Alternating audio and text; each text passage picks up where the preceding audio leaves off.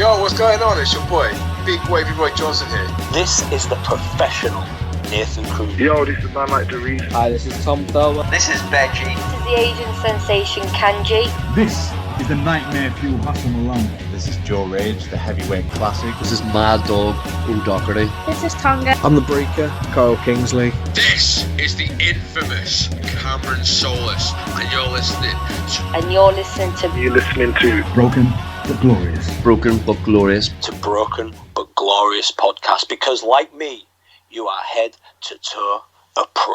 Hello and welcome to my Brit West journey. I'm Chris Lappin. I'm delighted to be joined online by the head booker of Ultimate British Wrestling and the host of the Ashes. Oh, sorry, the host of the From the Ashes wrestling podcast, Paul Ashe. How you doing, Stephen Paul? I'm good. Thank you. It's interesting. You were saying before this about intro head booker, and I was saying, yeah, I wear many hats in UBW: head booker, talent liaison, trainer, head trainer, promoter, graphics design. It's just non-stop. It's a full-time job in itself. If only I got a full-time wage for it. Yeah, definitely. Yeah, from your the SquareOne Academy just recently, you've had such a great crop of like the last 18 months, as like Tony Sin and Harrison and the Odyssey, Odyssey, yeah, Spicer, yep, Spicer. It must be like a really proud moment, or maybe a bit scary that they were going out in the world now. It's like, oh, they're like my baby. Yeah, honestly, I was saying this to somebody. I was actually saying this to my trainer the other day, who I interviewed on my podcast. That I don't have kids, but I look at them like children, and they all call me dad, which is kind of weird, but kind of good. And yeah, it is that thing of like, oh, they're going out into the world, and I hope they're going to be okay. But the crop we've got at the moment, they are so unbelievably good. I'm not worried for any of them. They are just taking the scene over bit by bit. It's amazing to see. Yeah, I think I've interviewed Leon, Adonis Payne, Artemis, and Tony Sin all within a month of each other, and they had nothing but good things to say about SquareOne and how you've helped their career. And I think Artemis is off to Germany soon as well, so I think. So it's like they are honestly she herself, she is just tearing the scene up. She's working so many places and getting headhunted by so many places, and considering how long she's been doing this, it's unreal. She's an enigma, that one. Definitely. she's amazing. So Paul has joined us to discuss his upcoming show, Biggles Wade Beach Blast, on the 2nd of July at the Sorry if I burst the blood vessel in my right eye, so I have to look at it. It's the Weatherly Centre in Weatherly Centre, yeah. Kind of our home base. We've been there for about 5 or 6 years now, and it's always it's our Madison Square Garden, if you will. Yeah. I can't remember how I got into. I think it was early lockdown. My then 4-year-old was obsessed with watching Rumbles. And you've got one of the most unique rumbles, the lava one, the floor is lava, yeah, and he loves them. Yeah, lava is so much fun because we try and use it as an opportunity to tell stories, to advance things that are going on, to introduce new people, and mechanically it's so complex, but I think some of the best stuff that's ever happened over the last few years, and there is a genius mind behind lava. It's not me, and I won't mention who it is, but they designed some absolutely amazing stuff over the years, and yeah, lava's our big one. I love it. I love it. So I don't know how many times we've watched one to 3. I think we've watched loads. There was 4 that we kept the 4th this year. No, it's the 5th just gone. Oh, so 1 to 4 we've watched loads. It's amazing stuff. It's good watching you. The early ones, you can have it. If you had a shot every time I'd interviewed someone, you'd be wasted by the end. We can get through the whole Rumble now. Absolutely. So you got stacked cards so far. So you got like the Young Lion Championship. You got Josh Spicer versus Vinny Cray. Vinny Cray is a really interesting character. I really like him. I think he's one of the people who could just put into any promotion. I think, and his character would work. Josh Spicer is really fun. And it's interesting to see. I mean, those two have been kind of projects of mine over the last couple of years, and seeing the way that they've grown. Like Vinny came in, he had a lot of years of experience, but he hadn't branched out many places. He hadn't worked maybe necessarily the upper echelon of people. But as soon as he came in, I just saw someone that, with a bit of work and a bit of direction could be something so special. And he's had the chance to work with some great talents over the last couple of years. And he's one of the best things on the show now. It's an amazing character, and he's so unintentionally funny. Yeah, he's amazing. That should be a really fun match. So for the listeners who don't know, what is like the Young Lions Championship? Is that like equivalent to? It's kind of that. Yeah, it's kind of our Intercontinental Championship. Mm-hmm. It's the stepping stone to the big one. It's the one where people are coming up and they're beyond that point of just cutting their teeth, but they're getting really good with what they're doing now, and they're establishing themselves. It's their launching pad. It's been a launching pad for Tommy Kyle, Charles Crowley, Truman Roswell, Spicer, so many people over the years, and it's literally the stepping stone to go up from there. Yes, definitely. Yeah, then you've got the greatest UBW SquareOne champion, Tony Sin, of all time. He will tell you that. He will tell you that. Sin, I would be remiss if I didn't at least abuse Sin once on this podcast, because he is just an absolute social nightmare, and I have to abuse him at all possible. But he is a great talent. He has been an absolutely electric champion thus far. But he's taken on Sunset Skip. I mean, Skip's been around 20 years. If you listen to the stories of Skip, from what I was told, he once wrestled a bear in Russia, and he beat it with a Canadian destroyer. He invented the sunset flip. He's the only man to wrestle inside of a volcano. He's part of the Anoa'i family. They just try and keep it quiet. There's so many urban legends about Skip, so it's going to be good. I was trying to think of one that's on me. I couldn't remember. There's so many I made up and put up, and yeah.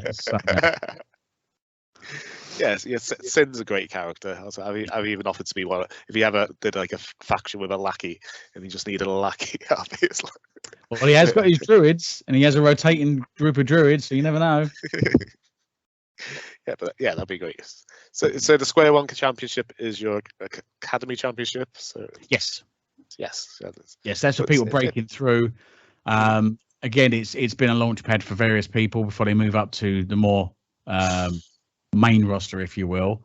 So it's always it normally opens the show, so it's the one that sets the tone. So which is why Sin goes out there and puts on it's just what I call a Michael Bay match. It's just so much stuff going on. But yeah, he sets the tone for everyone else to follow. It's good. Yeah, the first time I saw Tony Sin was in one of your rumbles where your like fancy dress rumbles. You came out dressed as the Pope. Yeah. I just remember I hadn't seen the outfit beforehand, and he just suddenly got in the ring, and I looked up and went, "Oh God, oh no!"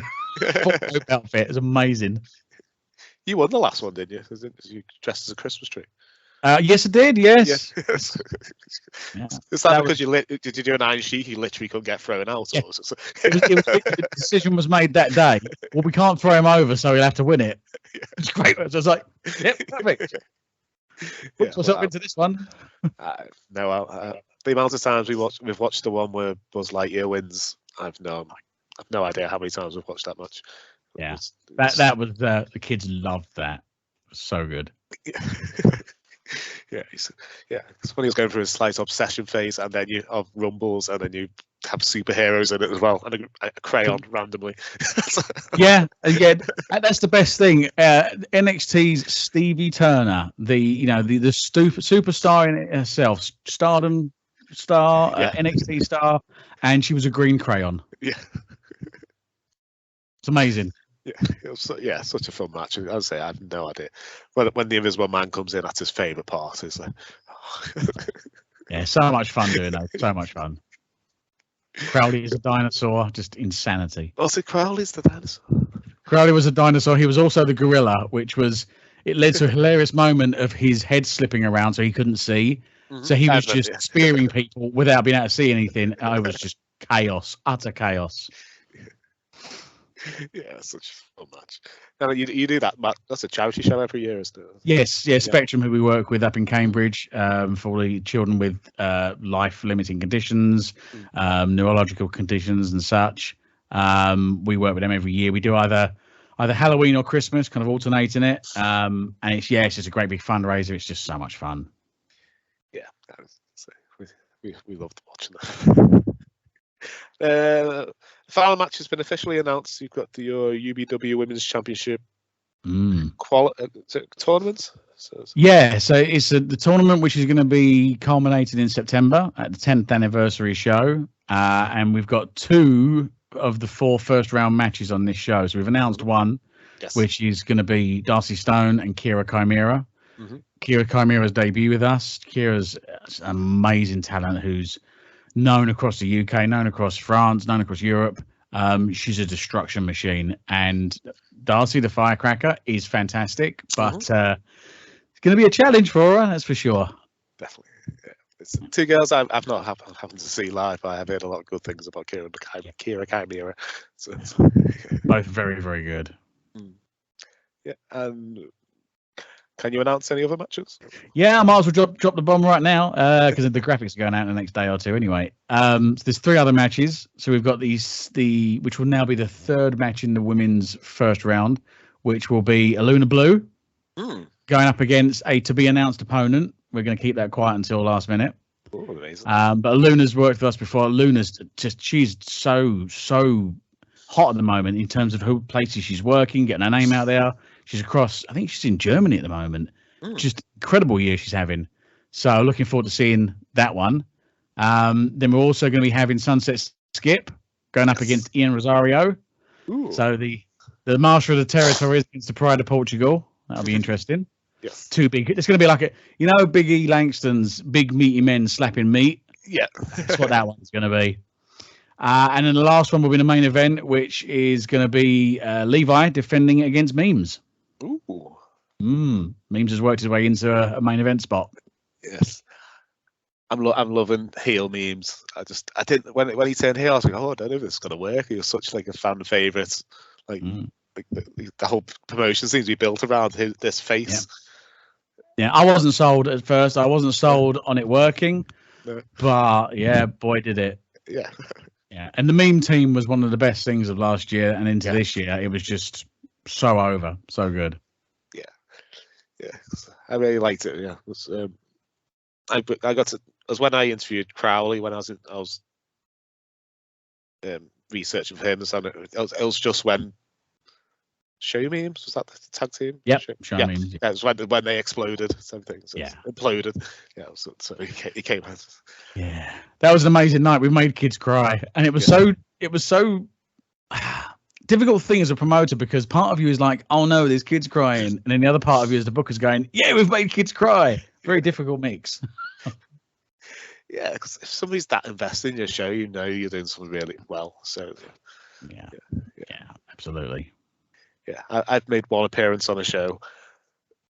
It was at Wrestle Island, and they brought us out as big trainees in the middle of the show, and then with the big baddie faction came out and beat us up. And somehow we ended up joining them. But my 7-year-old, so he must have been 6 at the time, he was like, Daddy, you broke my heart. So we turned bad guys, and I had to buy him a Mackey's where he'll talk to me afterwards. Yeah, McDonald's solves all heartaches. It's a known fact. He said, Daddy, you're not bad, are you? I said, no, I'm fine. Just when the need arises. Yeah. It was so fun. Yeah, I put ticket information in the description if anybody wants to go to the show. But yeah, I do recommend any UBW show. We love watching it on YouTube, and I'd love to get down there one day. I'm hoping to learn to drive soon. Yeah. So it's one of there's like proper like north. I'm a bit stuck in the northwest wrestling scene, so I need to get out there a bit. I think so much good things happening down south, especially. Yeah. The east side. Yeah, I mean. Yeah, between us and Sacrifice and Win and Unite and Tidal. I mean, obviously not all in the same area, but that's kind of the circuit that a lot of our talent work. I mean, Sacrifice do some amazing stuff. They're just so creative. They do some amazing stuff. Tidal and United are making waves all the time. Win Wrestling's constantly, building people up. And most of our roster work that kind of group of people. But yeah, there's a lot. It's a really thriving scene down this way at the moment. It's good. Yeah, I really enjoy Future as well. It's just they're really good. So, yeah. All right, so let's learn a bit about you. So let's give away your age. Who's your favorite wrestler growing up? Well, I was quite late to the party as well because I didn't get into it till '91, so it's kind of after the wave of popularity. Same year. Yeah. Same year getting into WWE. Yeah, and I was a WCW guy first because that's all I could get because that was on late night on ITV. And I watched that, then eventually got to see the WWE stuff. But yeah, I was 14 at the time, and the first time I saw WCW, I was just like, God, what is this? This is amazing. To be honest, the first guy I saw was Sid, so I was really impressed quite early on. What is that? Yeah, when you're used to watching World of Sport and then suddenly you see this American stuff, you're like, wow. Yeah.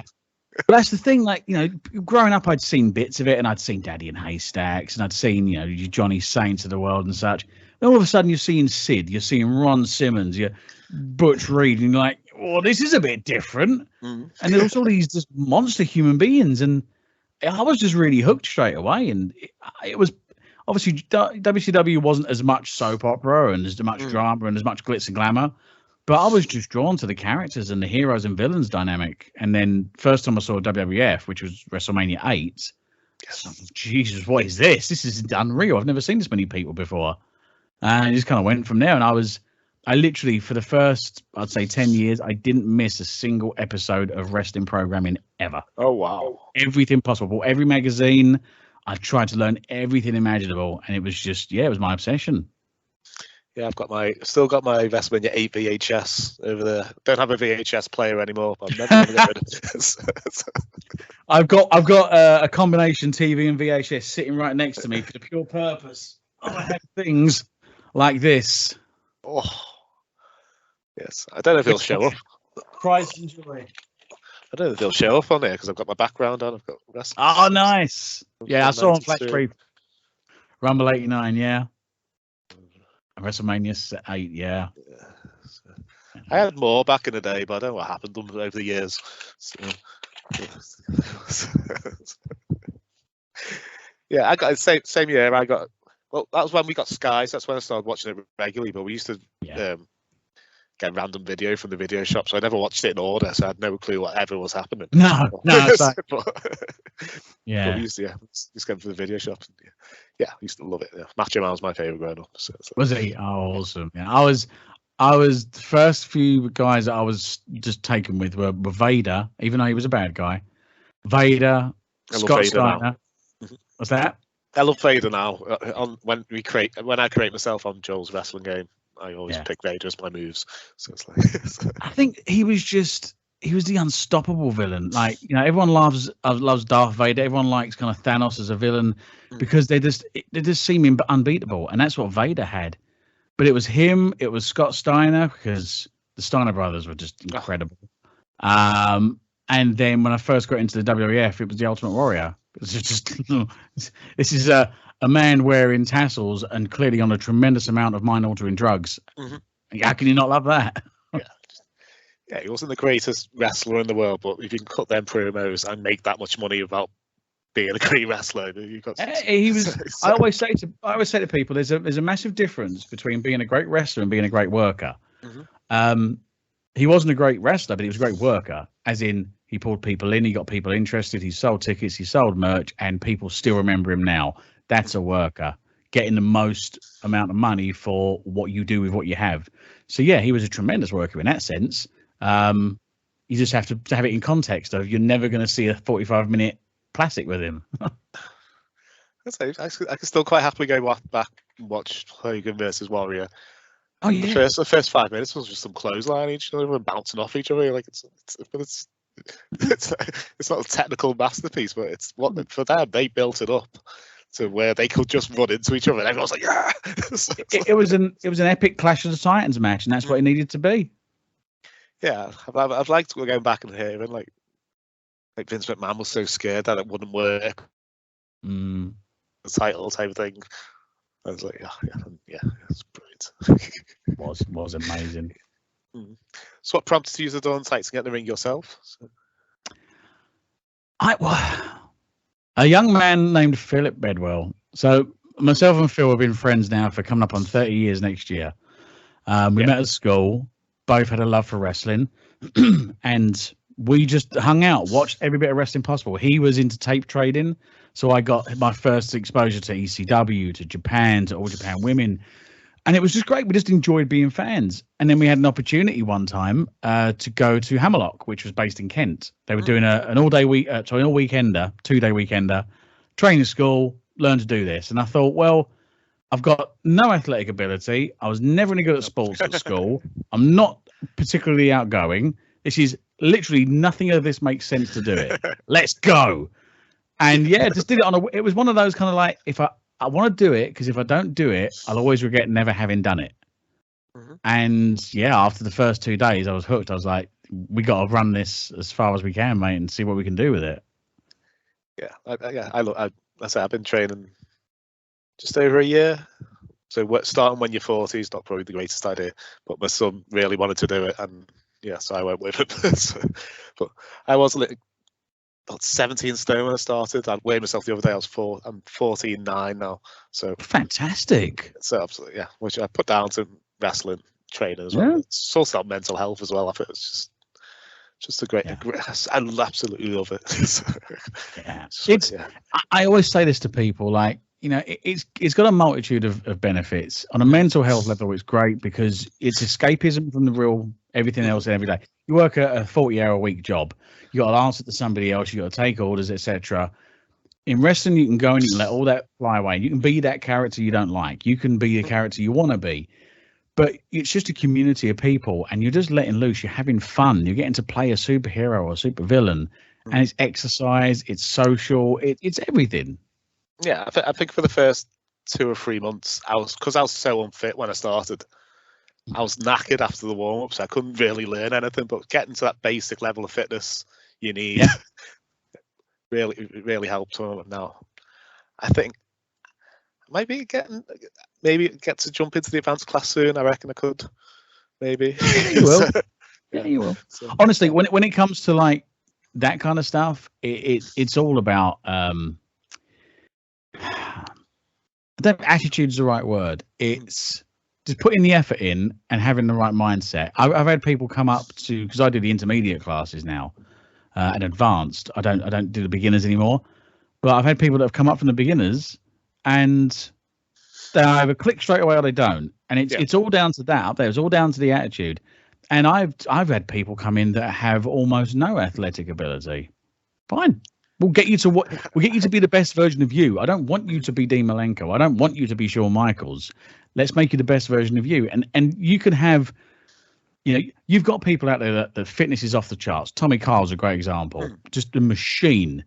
And then you've got people way down the other end of the scale that don't have that kind of fitness. I don't know, Percy Trainer could be one of them. Me. But if you've got the character, you've got what you need to do to make your thing work, it doesn't matter. Doesn't matter.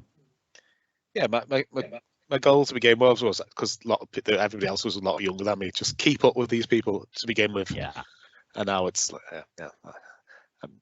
we did. He said, "Oh, you need to do these 10 things to be able to get in the advanced class." And anything I think I've failed on was I can't do back bumps. I think it's something in my brain won't let me just throw myself back. But if you body slam me or suplex me, I can do it. I can't just do it. So it's people. I've said this before because people say like, "Oh, I struggle with back bumps" or "I struggle with flip bumps," and I always say the same thing to them. There's one very simple psychological fact that stops you from doing them: common sense. Because if you fall over in everyday life, you do everything possible to not fall over. You're deliberately throwing yourself on the floor. Your body's going, "What's going on?" It's just time. You'll get it. One day you'll do one and you'll be like, "Ah, my brain now says it's okay," and you'll be fine from there onwards. Yeah, that's what I'm hoping. You will. 17-year-old just does it. I was like, because you're stupid. Yeah, I know, but there's things when you're 17, you've got a combination of no wisdom and no common sense. So you know, you just don't really care when you're 17. I know. Yeah, so that's the one thing I need to get over. Just throw yourself back and stop landing on your arse. Get on the top of your back. You will get there. Just pretend there's a rug underneath your feet. Just pull it out from underneath you. Push your pelvis forward and just tuck that chin. You'll be fine. Yeah. So you actually started wrestling. What was the British wrestling scene like in like the late 90s, early 2000s compared to these days? Was it? I mean, very different. Was it 98? 98 I started out, yeah. I mean, there were very few games in town back then. There was Hammerlock in the south, and there was All Star, there was Fremantle or Premier Promotions, and a couple of others bouncing around, but that was it. And then maybe one or two up north. So there weren't many places to go at all. And it was very different. There was still a lot of the people that were from the World of Sport days. So it was a bit of a diverse demographic. And we were kind of on the cusp of this new entertainment style coming in a lot more. So it was difficult at first because we never had problems of the old school guys, we don't want to deal with you. But you were trying to coexist and both run on the same track. It was hard. But there was a lot of drive at that point of the younger generation to, do you know what? Let's bring wrestling back up, but let's reinvent it. Let's bring it into where it is now in 98. It's still living in 88. Let's do something with it. Let's make it exciting again. Let's make it interesting. And that all started really with the FWA. And that was, I've said to people before, the FWA, the mindset was kind of like, this is a UK ECW in terms of we're a bunch of renegades. We're a bunch of game changers. Watch what we're going to do. And that was really the genesis of all of it. Yeah. As I say, I had no sense of a British. I was 17, 18, 98. So I had no sense of what a British scene was. I think I knew that All Star came to New Brighton twice a year or whatever it does. But that's about it. It was just something that happened on camp shows. Seriously.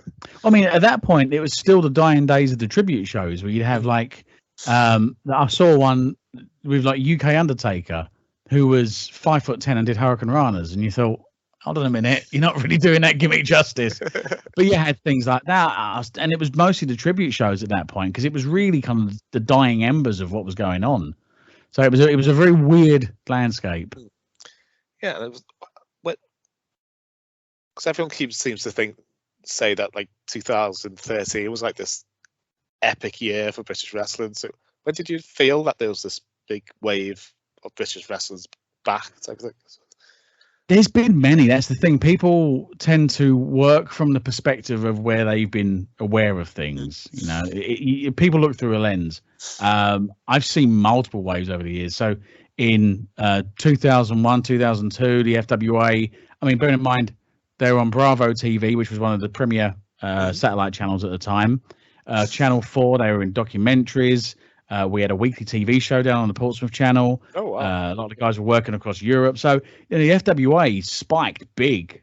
And it was the first company to really get the foreign talent over. I mean, I remember being on shows with AJ Styles, Samoa Joe, CM Punk, Colt Cabana, Christopher Daniels, all the guys that kind of were the hottest stuff on the scene in the early 2000s. They were all on our shows and kind of cutting their teeth there and first international tours and stuff. So the FWA was enormous at the time. Then it kind of quietened down a little bit. Then IPW came along and they brought in more of the American indie stars. So people from like PWG, Chikara and stuff. And those shows were enormous fun. Big numbers every month kind of thing. Then again, it took a bit of a downswing. Then it came up again in kind of the 2013 area where Progress came along, Rev Pro came along, which is kind of out of the ashes of, pardon the pun, out of IPW.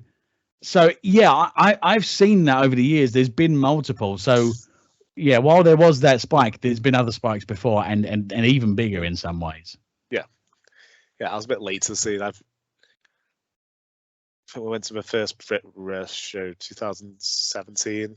It was just Wrestle Island. We did a show here, and we've been obsessive ever since. Yeah, we go all over the Northwest and North Wales to watch wrestling now. Yeah, it's great. I mean, there's so much out there now. At the moment, the scene is busier in the UK than it's ever been. I was saying to Artemis just the other day, like, I wish I'd had the opportunities that you guys are getting at the moment, because she was saying to me the other day she's got 5 matches in one weekend, and she's working every weekend at the moment. Yeah, I would have killed for that in my youth. We were lucky to get a couple of months, but it's a great thing that there's so much out there for them now to go out there and do so much. Yeah, and the standards really high. I don't think I've been to a bad show ever. Maybe I don't know. Probably one of the best shows I ever went to. There was only about 20 people there, but the wrestlers just had fun because there was only 20 people. They just had fun with it, and it was one of the best shows I've ever seen. Yeah. I think the demographic of people in the business now is very different. Like, everyone that's in the business now was a fan, whereas back in the 90s days, some of them were just doing it as a job. And while that's good because you have an air of professionalism about how you treat it, sometimes, when you got a day job, you just go clock in, do what you got to do, and clock out. And there were people that were doing that. You don't tend to get that nowadays. No. I know UBW is not a promotion that relies on its imports, but over the years you've had people like Tajiri, like Bailey, Vader Scott, so Sugar Duncan was Pineapple Pete and AEW, Dan the Man, and people like that. So when you bring big names in like that, how do you decide who's going to face them? Generally, when the opportunity comes to get somebody of that level in, it's fantastic. We want to give them somewhere to work. 2, we obviously want to have a name attached to it, but we want to make sure that we get someone that's on our roster that we want to either get that rub, get a bit of a boost, needs a new challenge, or someone we're prepping for something. And we tend to do that with it. So they get the best person they can work with, but also that person's going to get the most out of it, because with all respect to them, they're not coming back next month. They may come back, a couple of years in the future. So whoever they work with has got to ride that rub for a while. And we try and do that. And that's why we had Crowley against Tajiri, because it's Crowley. And Spike Valentine went up against Sugar Dunkerton because Spike was on his upward trajectory at the time. So, yeah, we try and make sure it's the right people for the right reason. Yeah, I really enjoyed the Crowley versus Jerry match. I thought it was hilarious. And everyone watched that. It was what they call in the business a curtain sellout. Everyone was watching from the back. The best thing about that match, it really solidified what we try and tell a lot of the younger talent. You don't have to go out and do everything, because those 2 guys did almost nothing for 12 minutes, and it was just standing ovation in the back afterwards. Because they entertained. Yeah, that's really funny. How did you get involved with UBW? I'll be honest. I was kind of ready to just jack it all in. It was 2013, and I was kind of hanging on from a few bits. A couple of places I'd been working out, I'd moved on from, and I thought, well, I've had a great run.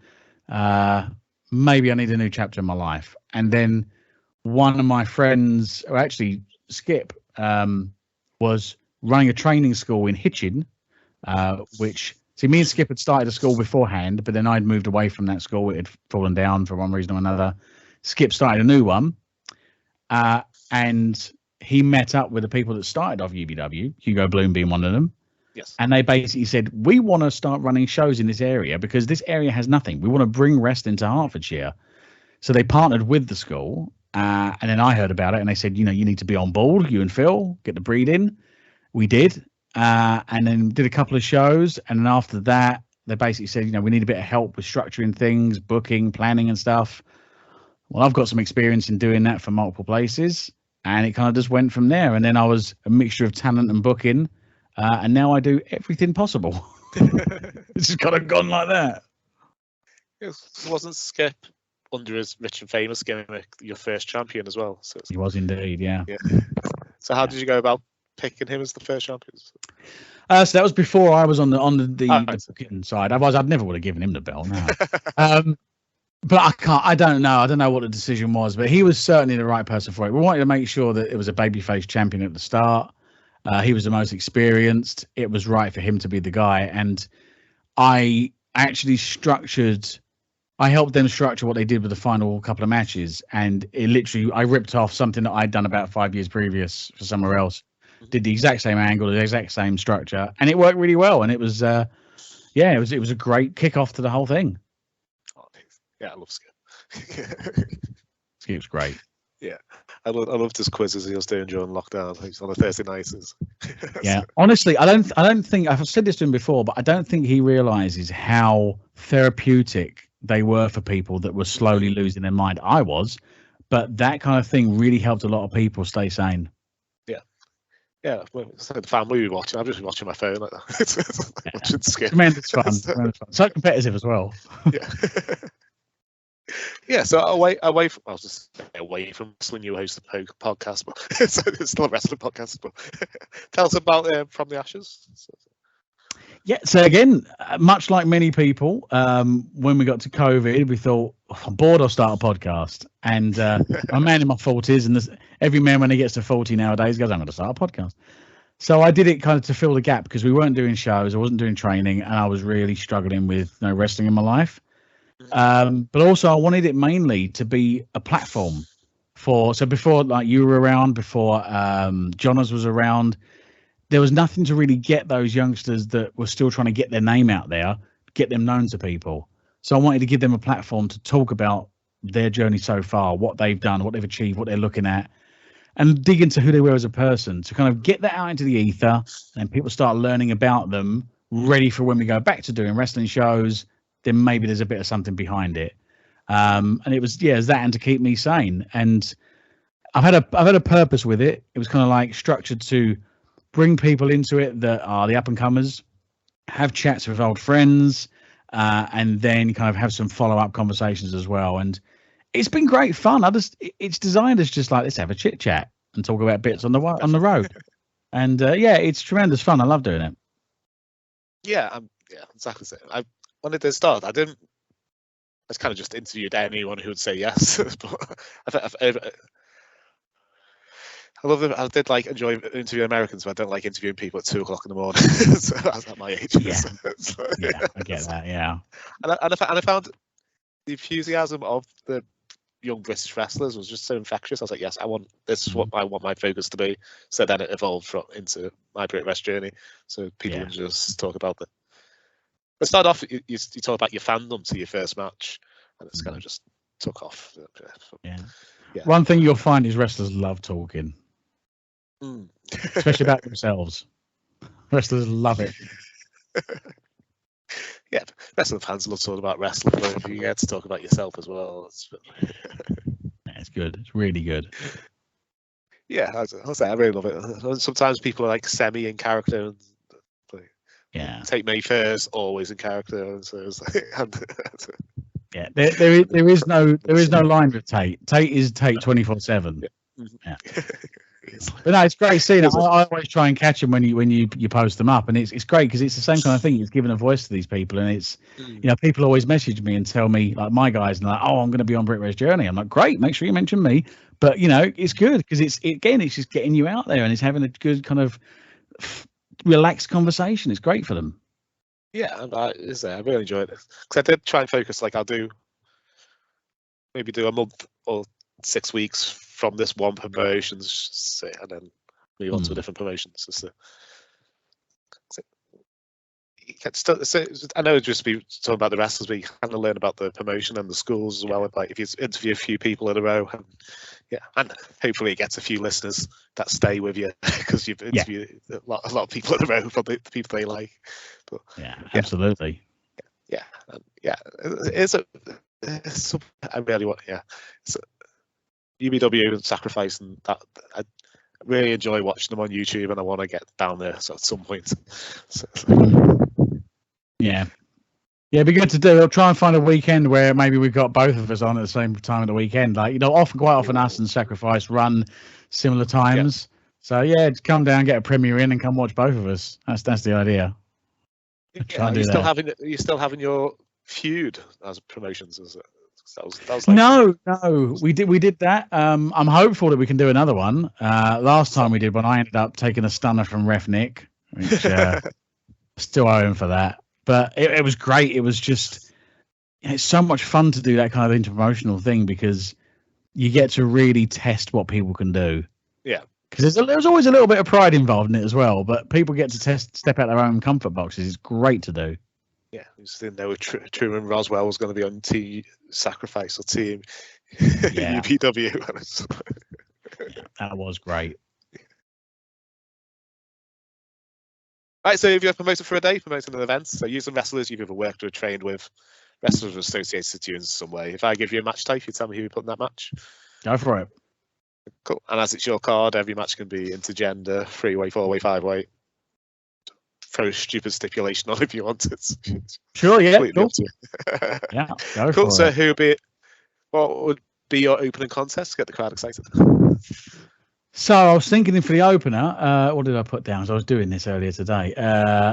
So this is purely so I can get all my people I want to get on the card. But multi-person Money in the Bank. Yes. With Harrison Leon, Tony Sin, Josh Spicer, Tommy Kyle. He would not thank me for that. Memes and Arthur Scoro, who is an up and comer at the moment, and he's a big star in the making. So it'll be all of those. Throw them in there. Let's see what happens. Has Kyle been injured recently? I'm trying to remember. Who was that? Sorry. Has Tommy Kyle been injured recently? Yeah, he did a real simple kind of inoffensive dive at I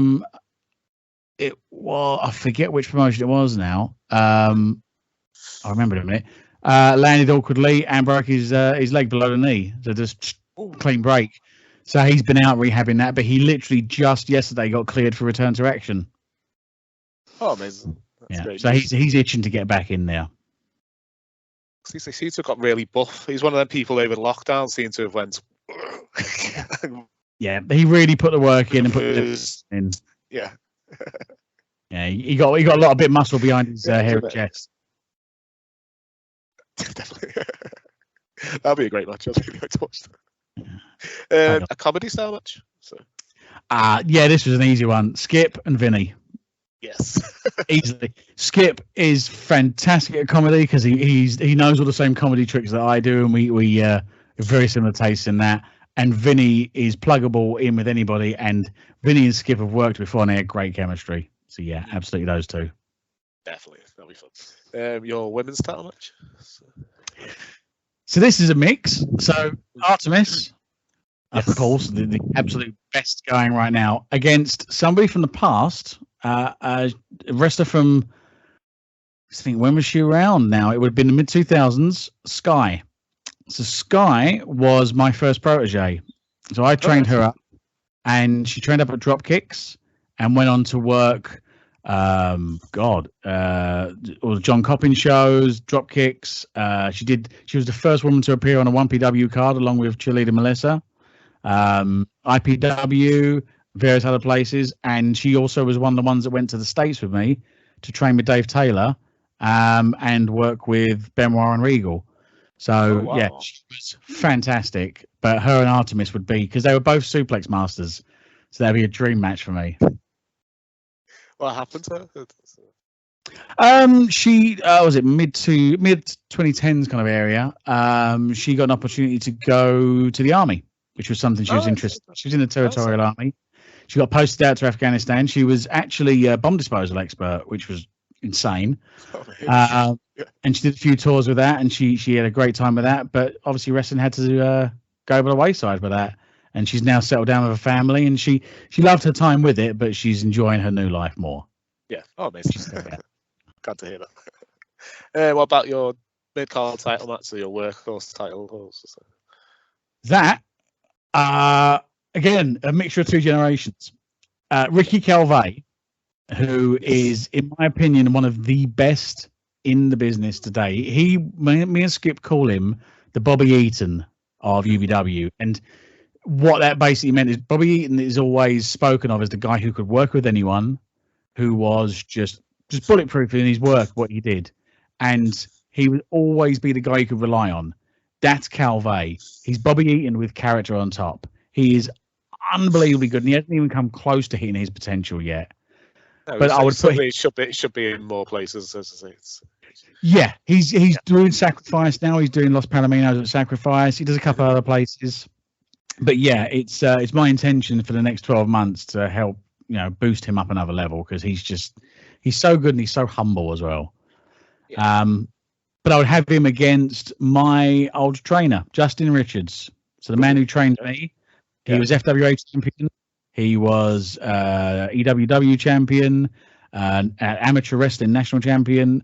Just unbelievable talent. And I think he and Calvé would be an amazing match. That sounds fun. Yeah, Calvé's really fun. Yeah, I like him. Yeah, he's like the, as you said, Bobby Eason, but like early 1-2-3 Kid, where Vince would say, have a match against 1-2-3 Kid. Yeah, because he can't have a bad match of anyone. So if you can't have a good match of him, then you're not good enough for WWE. So everything. Yeah, honestly, and he can go in, and he's one of those guys as well. He could go on a losing streak, and it wouldn't hurt his credibility whatsoever. He would still be just as over. And yeah, he's so good. He needs to get more recognition. He's so good. Definitely. Yeah. Cool. A hardcore Extreme Rules style match. So this can be anything from comedy 24 hours straight up to death match. You can. Yeah, just straight up hardcore weapons, kind of Attitude Era style weapons. Trolley full of weapons match. Truman, because Truman loves the hardcore match. Against a guy from my past who I worked with, and he was a big star in the FWA, Ulf Herman. Ulf Herman, the 7-foot German. He was legit. It was about, I suppose it was about 6'7". But he was this big. He used to be head of security for Rammstein. Oh wow! In real life, and then he got into wrestling, and Ulf swore a lot, so he was a nightmare when you let him in the microphone. But he was just this big. He worked at ECW briefly as well, but he was this big, roughhouse, powerhouse monster, and he was just the best human being. He was so wonderful to be around. Lovely guy, and so funny. You never want to get into a fight with him, but because Rammstein security guard and stuff, he's tough. But he was a master of doing hardcore matches as well, and I think him and Truman would absolutely tear the house down. That sounds. Yeah, so good. Yeah, Truman's another guy who seems to come out of lockdown with this new confidence. Yeah. Yes. Because I interviewed him when he was still Paddy. Oh yeah. Yeah, he's he's another one. He hasn't come close to hitting his peak yet, but he's just so good as a worker. So good. He's got such a great voice. I think he's got. He dives into the character full force. He's so, and it's a funny thing with him because he posts all the stuff about his conspiracy theories that lizard people, aliens, and all that kind of stuff. And he's never let on if he actually believes in it or not. But if we ask him, he won't tell us. So there's that constant thing of like, how much of this is a gimmick? It's masterful. It's like a Andy Kaufman thing. He just keeps it going. So nobody quite knows for sure. He's so good. He's amazing. Cool. Your tag team title match. So I'm going to be selfish on this one. I'm putting myself and Phil in. We're putting the new breed in now. But we're going against the guys that we only had a chance to wrestle them once. And honestly, they were the best team we ever worked. And it was a crime that the FWA wouldn't give them a proper chance. They should have been, because they could have been massive stars. They were called the Coal Miners. Two lads from up somewhere up north. And they wore overalls. Yorkshire. Yeah, I think they may have been Yorkshire based. But they wore like dungaree overalls, and they were coal miners. But they were unbelievable. They were kind of a mix of the Military Machine Guns, the Fabulous Rougeaus, the Rockers, but they were heels. Wow. Yeah. We had the most barnstorming match with them once, and we fought for years to get another one. They just wouldn't do it. But they were so good, and I would love to have a match with them, me and Phil, against them, 2 out of 3 falls stipulation. Yes. My favourite stipulation. We'd have a lot of fun with that. Cool. And then your main events. You talk about people that I've worked with and people that I've run around with. There's realistically only 2 people, and they've done their own matches with each other constantly for over 25 years. But I've never seen them do this. Johnny Storm, Jody Fleisch, one more time in an Iron Man match. Ooh. Literally the 2 best wrestlers I've ever been around in my life. And they still do the match now that they did in, say, 2001, and it's as good now, if not better, than it ever was. put those two in an Iron Man. I would sit ringside and never blink. Oh, that sounds amazing. Yeah. Do you have somebody you have like they have their match? Do you have somebody ever had anyone like that? I've worked with various people that they have their match structure, and you slot into it. To be honest, I have mine. Doug Williams was often like that. Doug would have a Doug match, and you're working with Doug, you do Doug's match. Absolutely fine. I got into a habit in the late 2000s of I had my match, and anyone I'd work with, I'd be like, right, okay, we do this, and you just follow that structure. And it's a good thing to do because it's comfort and it's tried and tested and safe, and especially if you're working with someone that's new, have to go along with what works, and then they look better by proxy. But yeah, I don't mind. Sometimes it's good to just let's just work it out when we're out there, and other times it's good to go, okay, we're doing A to B, B to C, C to D. Cool. Yeah, that's amazing. God, I'd love. I need to look up the coal miners. They sound amazing. There's not much footage of them out there. There's not much of them out there because, again, early 2000s there wasn't a YouTube back then, so very little stuff was actually recorded. But yeah, they were so. Yeah, when I interviewed Sugar Duncan, he says he remembers having to take a video camera to film his own matches because nobody else. I've got various bits. I've got them up on my YouTube channel. Various bits that I recorded from our time. It's only a fraction of what we did, but that was all my camcorder that I took along. No one else was doing it. And a lot of stuff was never. This stuff has been lost to the annals of time. It's a shame. But yeah, sadly, there's not a lot of their stuff out there, if any. But boy, they were good. I can see why they never, because unless you're going to sell videotapes, what's the point of filming the shows? There's nowhere to put them. So it's like... Yeah, we just filmed our stuff because, one, we wanted to have a record of it, and two, we took it back and studied it. We'd always watch our stuff and go, right, what went wrong, what was bad, and we'd use that as our learning point. Yeah, definitely. Do you want to do you want to remind the listeners about Beach Blast? And then Yes, so we got a real busy couple of months, actually. So we got Biggleswade Beach Blast, it's a nightmare to say, on July 2nd, Biggleswade. We've got SquareOne show in Stevenage on July 15th, Havoc in the Heat. We've got August I think it's the 5th. Yeah, it's August the 5th. We are in, hold on, let me check my calendar because I've got no brain at all. August the 5th, we're back in Stotfold. And then the 26th of August, we're back in Baldock. And then there's more after that. So we've got a busy summer, busiest summer we've had for years. It's good. It's good stuff. And where can people find out more information about UBW? So we're on all the socials. The handle is @WeAreUBW. So on Facebook, Instagram, Twitter. I don't think the MySpace is working. But or GeoCities, that's not working. But we're on those main ones. And Facebook's probably the most updated one. There's always content on there, which most of the time I'm doing, but there's all tons out there. Follow on, subscribe onto stuff. We're on YouTube as well. Got tons of footage on there. Get on it and see everyone. There's a lot of wackies. If you're bored, get on there and find the playlist of the Infinity Championship. Some bizarre, wacky, fun stuff we did with that. I miss that a lot. Yeah. That when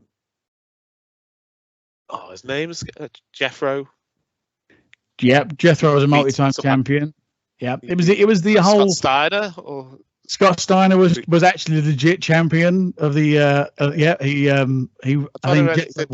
didn't he Jethro pin him on the toilet or something? I'm trying to remember the story. Jethro won it back from him when he was on the toilet. Yeah. The Infinity Championship was also held by a John Cena action figure, by a Christmas tree. A Fredo bar was champion at one point. It was just chaos. So, Percy Trainer's car was champion for a short while. Yeah, it was mad. So much fun. Yeah, if you want to get to know your roster, you just like flawless lava matches. It's so good. So, yeah, I like the concept that you don't have to go to the top rope. You just need to land in the lava and you're out. It's different. Yeah, which is what was an amazing thing we did one year where somebody got, I think Tim Lee got thrown out and landed on the floor. somebody else got thrown out and landed on Tim Lee, therefore not touching the lava, so he could get back in the ring. And Vader Scott got put on the other side of the room, and she had to hop a chair back to the ring. It was just chaos. So much fun, though. Yeah, definitely. Cool. I'll put links to all your social media to take information below the interview. So I've really enjoyed speaking today. I'd love, and good luck with Beach Blast. It sounds like it's going to be a lot of fun. Yeah, it's going to be warm, but it's going to be good. But yeah, and keep everyone posted on your training journey, because I'm going to be looking out for you having your first match now. You've now set an expectation. You've got to get to that point, get in the advanced class, and get your first match, even if it's just a rumble. You've got to get in there. Yes, that's what I'm hoping so.